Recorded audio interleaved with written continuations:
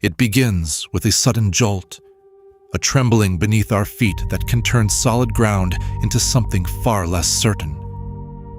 What exactly causes the Earth to shake so violently, so unpredictably, and often with such destructive power? Why do some places barely notice a gentle shiver, while others experience devastation in a matter of seconds? To understand earthquakes, we have to look far beneath the surface, beyond what we see and experience every day. The ground we walk on might seem stable, but the Earth itself is in a constant state of motion. Our planet's crust is broken up into enormous slabs called tectonic plates. These plates fit together a bit like a gigantic jigsaw puzzle. But unlike any puzzle you've assembled, the pieces here are always shifting, grinding past, against, or under each other. Imagine standing at the edge of a continent and knowing that thousands of kilometers beneath you, rock is moving. Sometimes slowly, sometimes building strain for centuries. What happens when the strain becomes too great? Let's focus first on one of the most active places on Earth, the boundaries where these tectonic plates meet. It is here, at the fault lines, that most earthquakes are born. These faults act like pressure points, storing energy as plates push or pull against each other. Energy that is eventually released in an instant. What causes these plates to move in the first place? The answer lies deep inside the planet, in the mantle, a region of hot, semi-fluid rock lying beneath the crust. Heat from the planet's core causes currents in the mantle, slowly shifting the plates above. We're talking centimeters per year, but over millions of years, this small movement adds up, rearranging continents and oceans. Now, consider a classic passage from ancient poetry. The mountains shake with the swelling thereof. Psalm 46:3.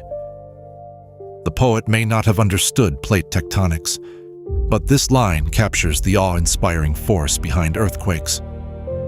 The mountains don't just stand. They sometimes shake because forces much larger than them are at play. Let's reflect.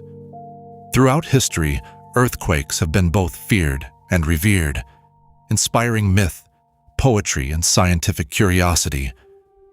The experience of the very ground trembling has always challenged our sense of control and impermanence.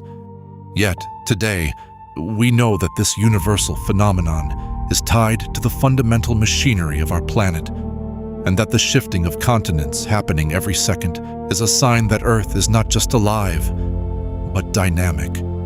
Back to the science. There are three main types of plate boundaries. Transform, where plates slide past one another. Convergent, where plates collide, and divergent, where plates move apart. Each type leads to different kinds of faults and earthquake behavior. At transform boundaries, like the famous San Andreas Fault in California, plates scrape past each other horizontally. Over time, friction builds up, locking the plates together even as they try to move. Suddenly, they slip, and the energy that was stored gets released in the form of an earthquake. Along convergent boundaries, the process is even more dramatic. Imagine one plate diving beneath another in a slow-motion collision that can create mountain ranges, trenches, and powerful, deep earthquakes. The Andes and the Himalayas owe their existence to these powerful forces. At divergent boundaries, like the Mid-Atlantic Ridge, plates pull apart. New crust forms in the gap, and earthquakes are generally smaller, but still a sign of that constant motion. Another passage, this one from Greek philosophy, describes nature's hidden order. Everything changes, nothing remains still. Heraclitus, Fragment 84. This wisdom isn't only about rivers and people. It may as well describe the shifting plates beneath our feet. What does it feel like as these forces build up to a breaking point? For years, even centuries, stress accumulates along faults as rocks resist the movement. Then, without warning, the rocks snap, and a rupture races through the fault at speeds up to several kilometers per second. The seismic waves that radiate outward are the true cause of the shaking we feel.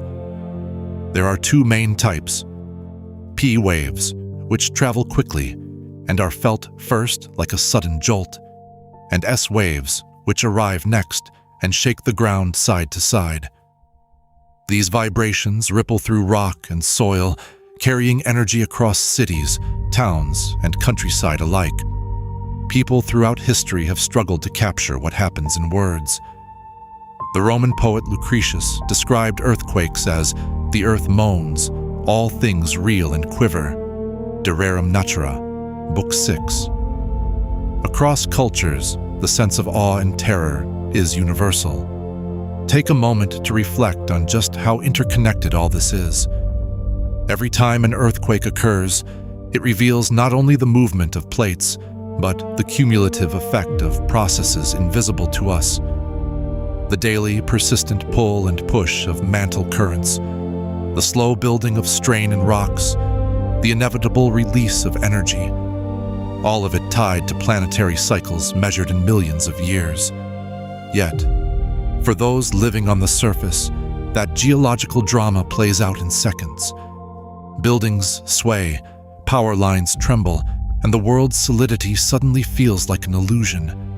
But can we predict when an earthquake will strike? Despite incredible advances in science, the answer, for now, is no, not with precision. We can identify areas at greater risk by mapping historic fault lines and monitoring seismic activity. But the exact moment a fault will slip remains one of nature's closely held secrets. Consider the ancient words found in literature and spiritual texts alike. "And the earth shook, and the rocks were split." Matthew 27:51. This description could be from a biblical event or a modern seismic report. In both, the impact is immediate and unforgettable. Reflect once more. Earthquakes remind us just how small we are compared to the forces that shape our planet. No matter how advanced our technology or how deep our understanding, a sudden shift can upend lives and landscapes in an instant.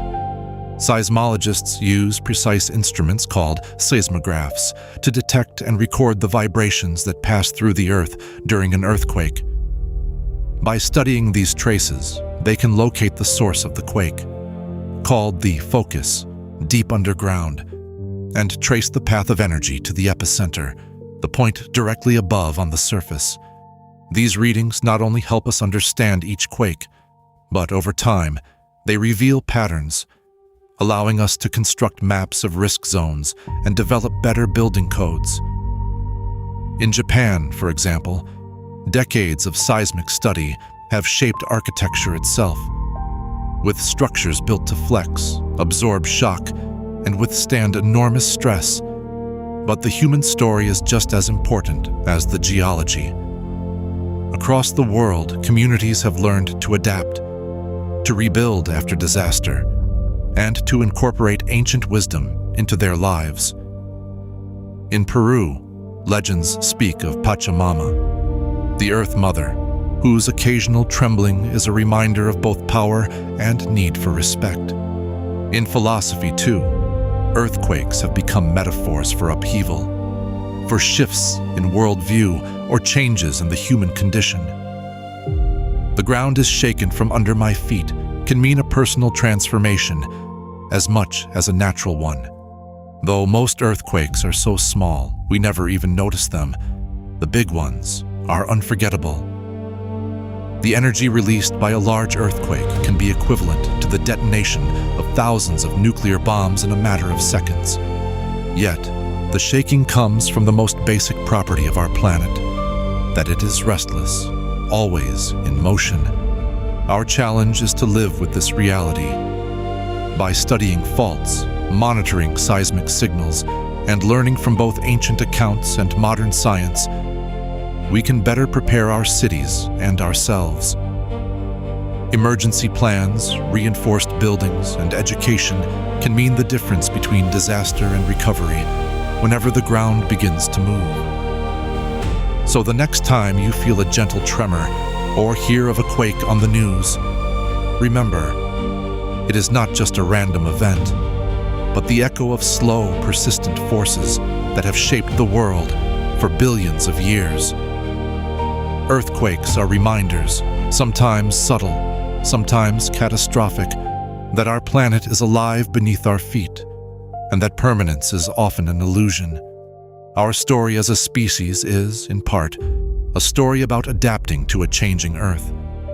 The science, poetry, and reflection all lead to one conclusion.